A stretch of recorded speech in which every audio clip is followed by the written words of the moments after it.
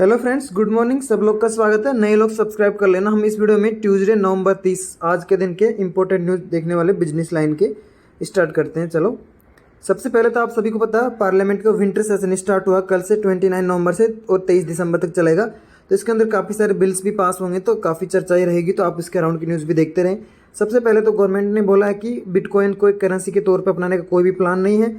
और साथ में जो बिल आएगा, जो क्रिप्टो करेंसी बेसिकली जो official introduction of the digital currency, ठीक है ना, तो उसके अराउंड भी यहाँ पे इन्होंने बोला कि आरबीआई ने बेसिकली जो बैंक नोट्स की डेफिनेशन है उसको वाइडन करने के लिए गवर्नमेंट को बेसिकली अर्ज किया है to include digital currency also. So basically उसके अराउंड ही न्यूज़ है यहाँ पे।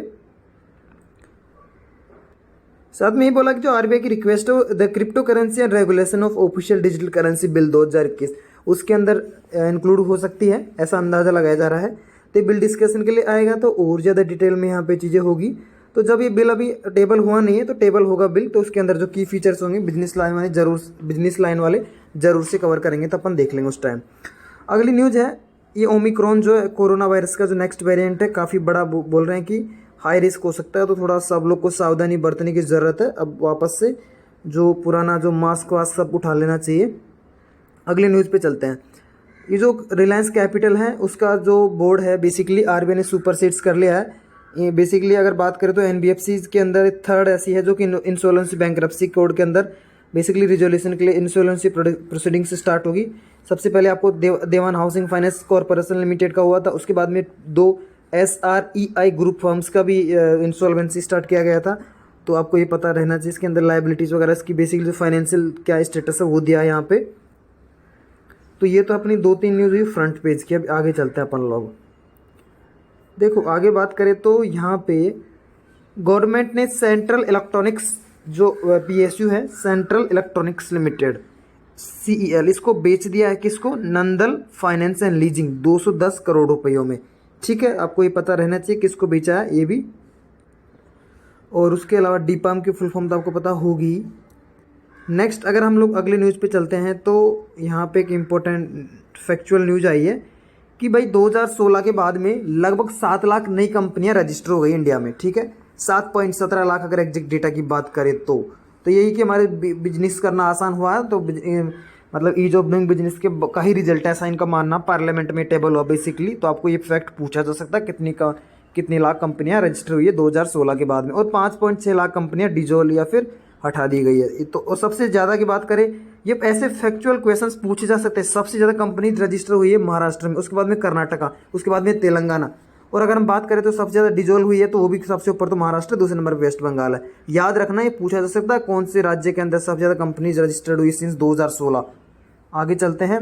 उसके अलावा आप सभी को पता FTA जो था चल रहा था, फ्री ट्रेड एग्रीमेंट, हमने ऑस्ट्रेलिया के साथ में भी प्लान बनाया था, काफ़ी टाइम से चर्चा में आ रहा। तो बेसिकली एक तो अर्ली हार्वेस्ट पैकेज जो है दिसंबर तक, क्रिसमस तक का बेसिकली अंदाज़ा लगाया जा रहा है कि हो जाएगा। तो जो टोनी अबोट है special trade envoy for India है, बेसिकली ये अभी इंडिया के विजिट पे आएंगे। तो ये बेसिकली जो इसको और फास्ट एक्सपीडिट करने के लिए FTA एग्रीमेंट के लिए ही इनका माना जा रहा है, इनका दौरा रहेगा। तो बेसिकली फुल फ्लेज जो एग्रीमेंट रहेगा कॉम्प्रहेंसिव इकोनॉमिक कोऑपरेशन एग्रीमेंट, 2022 तक अंदाज़ा लगाया जा रहा है कंप्लीट हो जाएगा। तो याद रखना है चर्चा में FTA वगैरह की फुल फॉर्म पूछ सकते हैं। ये अपन ने कवर कर लिया दूसरा तीसरा पेज। उसके बाद थिंक वाले repeal of farm laws bill will hurt farmers, repeal of farm laws के बारे में देख लेना भाई, काफ़ी ज़्यादा चर्चा में है। उसके अलावा भी रिसेंटली PM ने बोला था कि जो स्टार्टअप्स को बैंक लोग को लोन देना चाहिए, तो बोल रहे हैं कि काफ़ी रिस्की और हाई रिटर्न वाला होता है, डिपॉजिटर्स का पैसा अगर इसमें देंगे तो काफ़ी प्रॉब्लम्स हो सकती है, इस आर्टिकल में बोला है। उसके अलावा ये होमवर्क आपको carbon emissions and the question of climate inequality, यहाँ पे टॉप इमिटर्स वगैरह दे रखा है, चाइना सबसे ज़्यादा इमिटर है और पर कैपिटा वगैरह सब दे रखा है। तो देख लेना, आपको क्विकली आप होमवर्क की तरह आइडिया ले सकते हो। क्लाइमेट चेंज काफ़ी हॉट टॉपिक है, और COP 26 के बाद तो काफ़ी कार्बन मार्केट से सब बिजनेस लाइन एक्सप्लेन भी किया है। तो ये भी देख लेना, दोनों के दोनों आपके होमवर्क है। आगे चलते हैं नेक्स्ट न्यूज़ पे। LIC को जो कोटक बैंक है उसके अंदर अपनी शेयर होल्डिंग बढ़ाने का अप्रूवल मिल गया RBI से। फिलहाल अगर बात करें तो फिलहाल इसका जो है शेयर होल्डिंग है 4.96%, यहाँ से बढ़ा के अप्रूवल मिला 9.9%। ऐसे क्वेश्चन पूछे जा सकते हैं, याद रखना आप। ठीक है, कोटक महिंद्रा बैंक में बेसिकली LIC को अभी फिलहाल 9.9% तक की शेयर होल्डिंग बढ़ाने का अप्रूवल मिल गया है। अगली न्यूज़ पे चलते हैं अपन। अब अगला जो इम्पोर्टेंट न्यूज़ है यहाँ पे, Paytm payments bank roles out all in one card.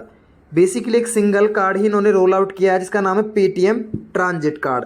याद रखना, Paytm transit card, Paytm transit card, ठीक है। पूछा जा सकता है कि ट्रांजिट कार्ड किसने लॉन्च किया है। बेसिकली ये जो कार्ड है ये कई तरीके की ज़रूरत है, जैसे कि travel in metro, railways, state own bus service, toll parking charges, है ना, और ऑफलाइन मार्केट, ऑनलाइन शॉपिंग मोर, यानी कि कंप्रहेंसिवली सब मोस्टली जो डिजिटल पेमेंट जो सिस्टम्स हैं उनके साथ में इंटीग्रेट करेगा। और ये फर्स्ट फेज के अंदर Hyderabad metro rail, Ahmedabad metro और दिल्ली एयरपोर्ट एक्सप्रेस लाइन, इनके साथ में इन्होंने बेसिकली कोलैबोरेशन में लॉन्च किया है। तो फाइनेंशियल इंक्लूजन को बढ़ावा देगा बेसिकली, है ना। अलग अलग अकाउंट मेंटेन करने की ज़रूरत है, एक अकाउंट से सारा काम हो जाएगा, ऑल इन वन कार्ड बोला जा रहा है इसको।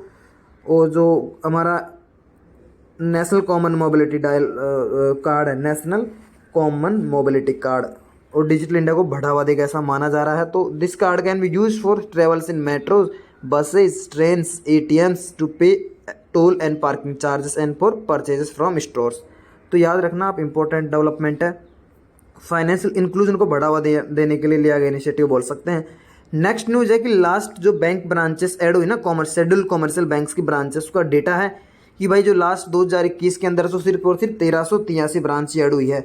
यानी कि इसका रीज़न बताया जा रहा है कि भाई डिजिटलाइजेशन के ऊपर काफ़ी बढ़ावा दे रहे हो, और उसके अलावा बैंकों को आप कॉन्सोलिडेट कर रहे हो, और अल्टरनेट सोर्स ऑफ बेसिकली जो अल्टरनेट चैनल्स जो बैंकिंग सर्विसेज प्रोवाइड करने की डेवलप हुई है, जैसे बैंकिंग करस्पॉन्ड्स है एटसेट्रा, और जो enhance access and service excellence जो एजेंडा है उसके तहत भी जो डूर स्टेप आप जो सर्विसेज प्रोवाइड कर रहे हो, तो उसका सबका इम्पैक्ट है कि काफ़ी कम ब्रांचें ओपन की है शेड्यूल कॉमर्शियल बैंक्स ने।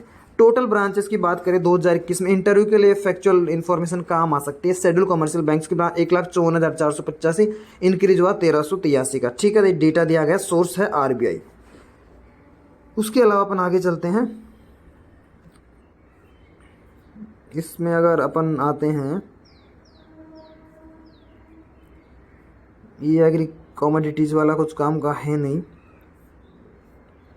ये तो पार्लियामेंट जैसे रिज्यूम हुआ फार्म लॉज जो बिल उनको तो रिपील होना ही होना था।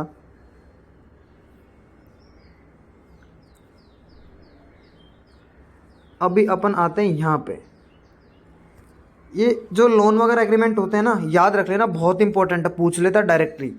तो एडीबी ने 125 मिलियन लोन, $125 मिलियन लोन दिया वाटर सप्लाई और सैनिटेशन के लिए। कौन से राज्य को? उत्तराखंड के लिए। तो बेसिकली इसके अंदर वाटर सप्लाई सैनिटेशन प्रोजेक्ट्स जो हैं उनको बनाने के लिए, इंफ्रास्ट्रक्चर डेवलप करने के लिए एडीबी ने, एशियन डेवलपमेंट बैंक, इन्होंने $125 मिलियन का लोन अप्रूव किया है। बेसिकली पाइपलाइन वगैरह लेके आ जाएगा। उसके अलावा एफिशिएंट वाटर यूज और कंजम्पशन बिलिंग, ये सब तरीके से मीटरिंग हो, ये सब चीज़ों में काम आएगा। उसके अलावा यहाँ पे क्लीन हाइड्रोजन, बेसिकली जो ग्रीन हाइड्रोजन, उसके बारे में कुछ दिनों पहले मिशन भी था, तो याद रख लेना, इसके अराउंड डेवलपमेंट से पुराना करंट अफेयर है थोड़ा। अब चलते हैं लास्ट के पेज पे। लास्ट के पेज पे जो इंपॉर्टेंट न्यूज़ जो है वो ये है कि जो ट्विटर के सीईओ है जैक डोर्सी, इन्होंने रिजाइन कर दिया, और पराग अग्रवाल करके जो है वो नए इसको चीफ एग्जीक्यूटिव होंगे। याद रखना, पराग अग्रवाल, जो जैक डोर्सी ट्विटर के सीईओ हैं जो रिजाइन कर रहे हैं, और नए कौन होंगे? पराग अग्रवाल जी। तो इसके अलावा अपन देख लेते हैं और कुछ काम की न्यूज़ है क्या।